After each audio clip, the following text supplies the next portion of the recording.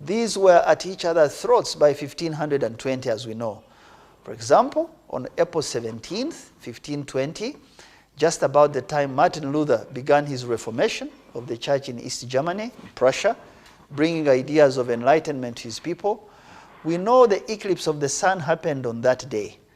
And that made the king of Bunyoro, Olimi Rwitamahanga II, to abandon Nkore, which was under Nyabugarowera at the time. This Rwitamahanga had crushed Nkore and kept it for about 6 months to a year. He had thoroughly conquered it and stayed in for more than a year. Those of you who travel on the road to Kabale, just after Lyantonde, before you enter Mbarara town, Biharwe, on your left-hand side, a very good man, James Tumsime, who owns Igongo, he's put up a monument that tells the story of this 17th of April, 1520. You should pass there and see it. This Rwitamahanga from Bunyoro had, prior to this, killed King Nachibinge of Buganda at Mulago. He would go on to Ituri through Rwanda, and he died, it is suspected, in the Kivu area. At about the same time, the Imbangala people, the Umvimbundu people of Kasai region of the DRC, were trading with the Middle Eastern Arabs for ivory, tobacco, gold, guns, and crossing through Lake Tanganyika into Tanzania and connecting with groups from southern Uganda.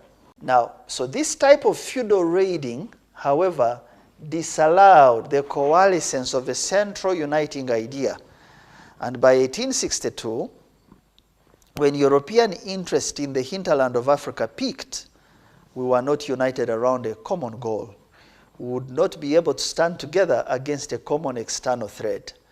This underlying weakness would follow us through to modern times as a country.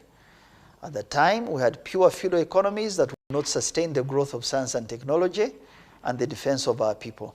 This is why by 1893, a company, a mere registered company, led by ex-servicemen, the Imperial British East African Company, which was a franchise of British government led by a Captain Lugard in Nigeria, in Egypt, and Uganda, he would pick up kingdoms and chiefdoms just like insects. Monarchies in South, Central, and Western Uganda, and what they call gerontocracies in the North, in Northwest and the Northeast of the country. He would pick them up easily. In fact, by the end of 1900, a fellow called Major MacDonald had concluded some 30 treaties with groups along the Nile after Buganda signed on March 10th, 1900. So what point do we make here in this very long sweep of history? One, if you do not have a central uniting idea, or let's call it an ideology of unity around common objectives, you cannot fight off invaders, be they of a political, social, economic, or spiritual nature. You do not have the means to resist, because cooperation is the beginning of knowledge and understanding and building stronger rafts to sail against enemies. You could ask, but China was invaded, and the British warships sailed up River Yangtze as well as River Ganges in India, even if these nations had a 5,000-year lead on civilization. Well, this is true, but for a slightly different reason.